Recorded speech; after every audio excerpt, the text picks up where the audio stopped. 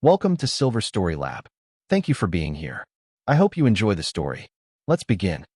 The prescription bottle rolled across the bathroom counter and stopped against Ray Crane's hand. He hadn't been searching for anything, just needed dental floss from Violet's drawer because his had run out. But there it was, half hidden beneath a pile of cotton pads, the orange cylinder with its white cap catching the overhead light. Ray picked it up and squinted at the label. Valacyclovir. Prescribed 3 days ago by Dr. Maureen Shaw. Take twice daily. He turned the bottle over in his calloused fingers, those same hands that had spent 15 years reshaping the earth into gardens that made people weep. The medication name meant nothing to him, but the timing made his chest tighten. Violet had come home 4 nights ago with red splotches on her neck and collarbone. Heat rash, she'd said, barely looking at him as she dropped her purse on the kitchen island. From that yoga retreat. The cabin had terrible ventilation. She'd grabbed her overnight bag from the hallway. I should sleep in the guest room until it clears up. Dr. Shaw said it might be contagious. He'd said okay. What else would he say after 12 years of marriage? Trust was supposed to be the foundation, wasn't it? But now, standing in their bathroom with this bottle in his hand, Ray felt the foundation beginning to crack. He pulled out his phone and searched the medication name. The results loaded slowly, each second stretching like wet clay. Then the words appeared. Antiviral medication, commonly prescribed for herpes simplex virus, shingles, and Ray's vision blurred. He read it again and again. The landscape architecture firm where he worked as lead designer was only 3 blocks from Mercy General Hospital. He'd grabbed his keys without thinking, driven there on autopilot, and now stood at the pharmacy counter with the bottle in his pocket, trying to keep his voice steady. What's this really for? Ray asked the pharmacist, a tired-looking man in his 50s named Hal Arnold according to his name tag. Hal's eyes flicked to the bottle, then to Ray's face. Something shifted in his expression. I can't discuss another patient's medication. Privacy laws. She's my wife. Still can't, sir. I'm sorry, but Hal's face had already told him everything. The slight widening of his eyes. The way his mouth pressed into a thin line. The subtle backward step. Ray left the pharmacy feeling hollow. He sat in his truck in the parking lot for 20 minutes, watching people come and go, normal people with normal problems, picking up antibiotics for strep throat or insulin for diabetes. Not this. Never this. When he got home, Violet was in the kitchen making tea. She wore his old college sweatshirt and had her dark hair pulled back in a messy bun. She looked exactly like the woman he'd married, the woman who used to leave little notes in his lunch bag, the woman who'd held his hand through his father's funeral. You're home early, she said, not turning around. Ray watched her pour hot water into her favorite mug, the one he'd given her on their 5th anniversary, hand-painted with violets because of her name. His hand stayed at his sides. How's the rash? Better. Should be gone in a few days. Her voice was light, casual, practiced. That night, Ray couldn't sleep. He lay in their bed, his bed now, apparently, and stared at the ceiling. The guest room was down the hall, door closed, Violet inside. He thought about their life together. The house they'd bought 3 years ago. The garden he'd designed specifically for her, with a reading nook beneath the Japanese maple. The trips they'd taken. The future they'd planned. And he thought about who else might have been planning futures with her. The next morning, Ray called in sick for the first time in 5 years. He made coffee, sat at his drafting table, and opened his laptop. If Violet wanted to play this game, she'd picked the wrong opponent. Ray Crane didn't just design landscapes, he designed ecosystems. He understood how every element connected, how to make things grow or make them wither, how to create something beautiful on the surface while controlling everything beneath. He started with their phone records. They were on a shared plan, and he was the primary account holder. He logged into the wireless provider's website and pulled up the last 3 months of data. Violet's call and text history loaded like a roadmap to betrayal. One number appeared repeatedly. Dozens of calls, most lasting 20 to 40 minutes. Texts every day, sometimes starting at 6 in the morning, continuing past midnight. The volume had increased dramatically over the past 6 weeks. The yoga retreat weekend showed a 4-hour call on Friday night and another 3-hour call on Sunday afternoon.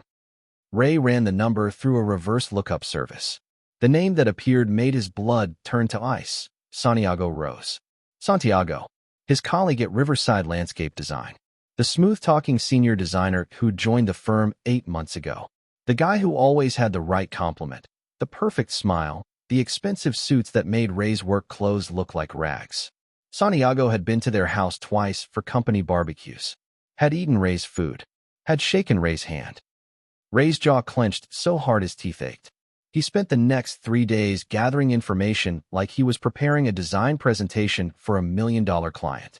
Except this time, the stakes were his entire life. He tracked Violet's credit card statements and found charges at hotels he'd never heard of, romantic restaurants in the next county, a jewelry purchase at a boutique downtown. He'd never seen whatever she'd bought. He installed a voice-activated recorder in her car, legal in their state as long as he owned the vehicle, which he did. The recordings confirmed everything. Violet's voice, breathy and excited, talking to Santiago about their future together, about how Ray was comfortable but boring, about how Santiago made her feel alive again, about how they just needed to wait for the right time. The right time for what? Ray wondered. Divorce? Or were they planning something else? He found his answer in an email Violet had forgotten to delete from their shared iPad. Santiago had written it 2 weeks ago. Once the property sells and we have the cash, we can start fresh somewhere warm. He'll never see it coming. You said he trusts you completely. Ray read that line 7 times. The property. Their property. The house he'd poured his soul into. The 2 acres he'd transformed from a weedy lot into something worthy of magazine covers. They were planning to sell it out from under him. He checked the documents in their home safe. The deed was in both their names, but Violet had power of attorney for property decisions, something he'd agreed to years ago when he'd been traveling frequently for work. It had seemed practical then, trusting. Now it was a weapon pointed at his chest. But Santiago and Violet had made one critical mistake. They'd underestimated Ray Crane. That evening, Ray took Violet to dinner at Rosario's, the Italian place where they'd had their first date. She seemed surprised but pleased.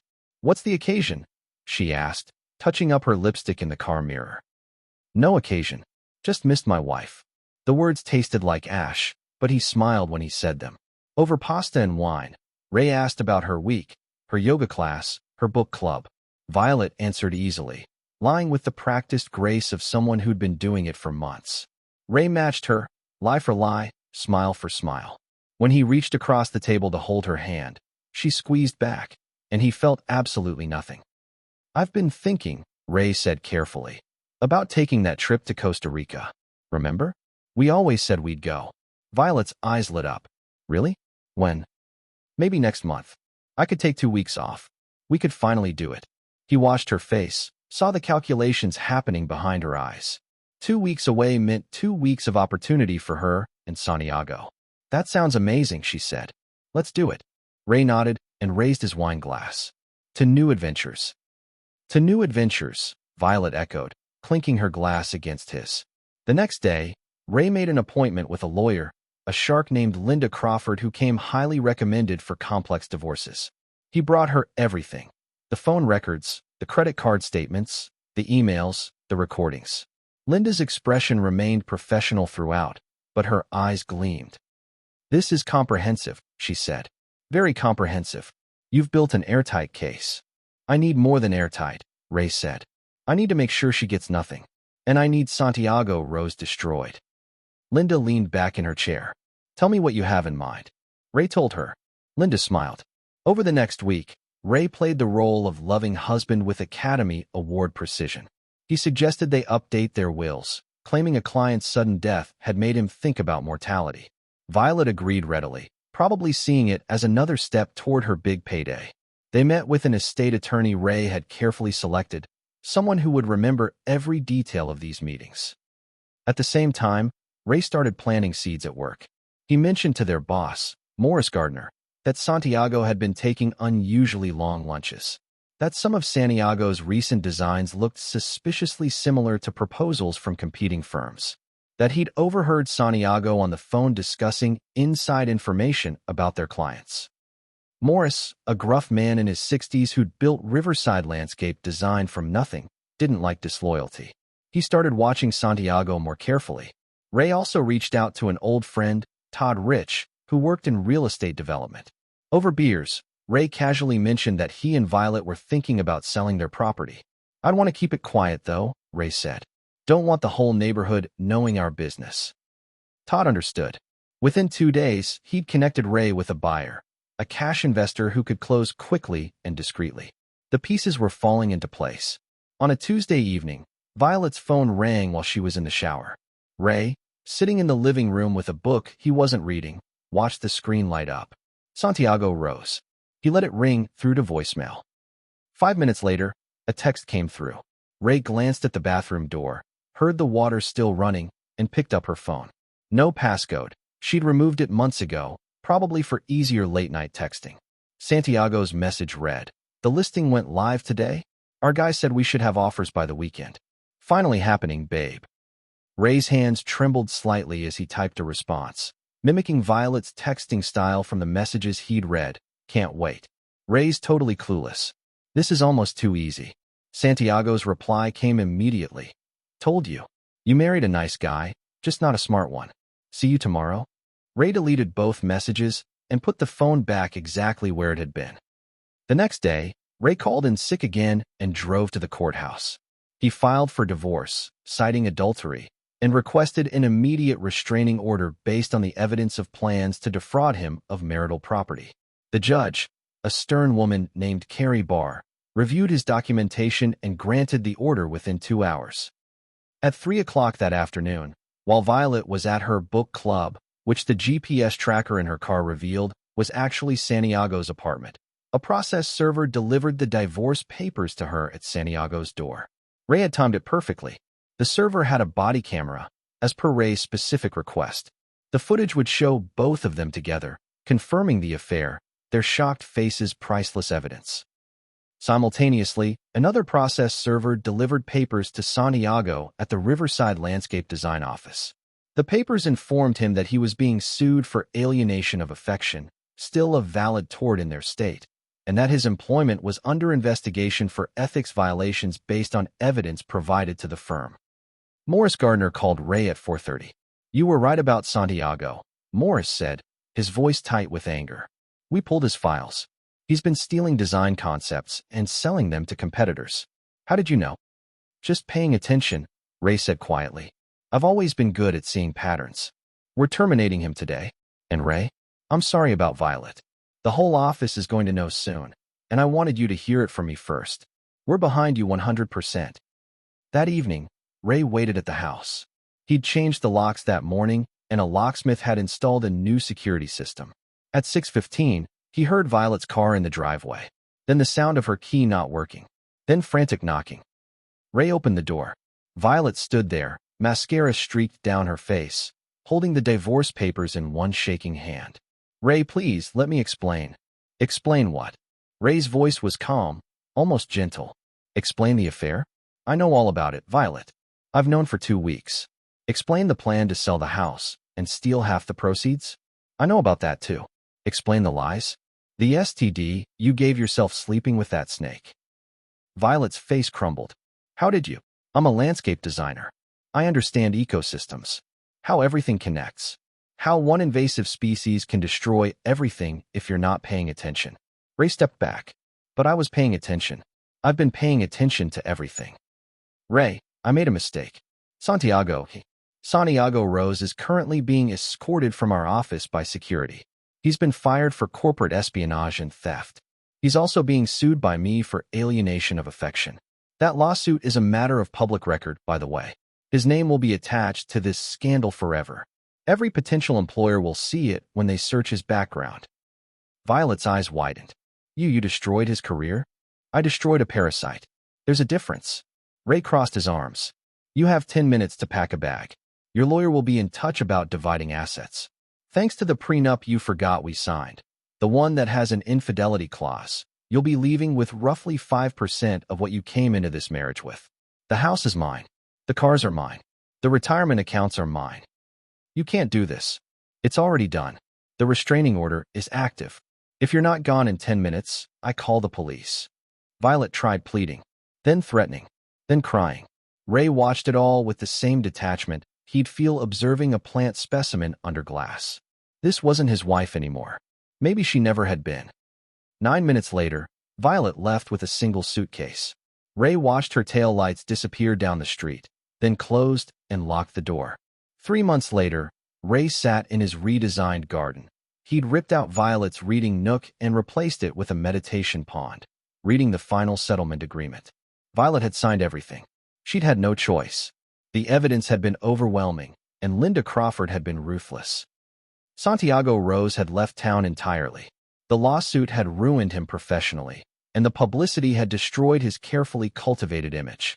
Last Ray heard, Santiago was working at a garden center 2 states away, selling mulch to suburban homeowners. Ray's phone buzzed. A text from Carla Liu, an architect he'd been working with on a new project. They'd been having coffee once a week, just talking. Nothing serious yet, but something that felt honest.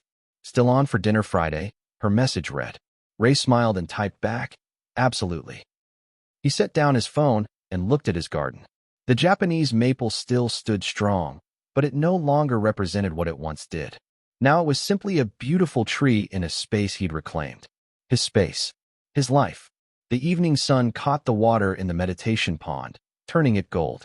Ray had designed it to catch the light exactly this way at exactly this time. Everything in its place. Everything under control. Some landscapes needed to be completely redesigned to reach their full potential. You had to clear out the invasive species first. Only then could something better grow. Ray took a deep breath and let himself feel something he hadn't felt in months. Peace. He'd played the game smarter, cleaner, and more completely than his enemies had thought possible. They'd mistaken his kindness for weakness, his trust for stupidity. They'd learned the difference too late.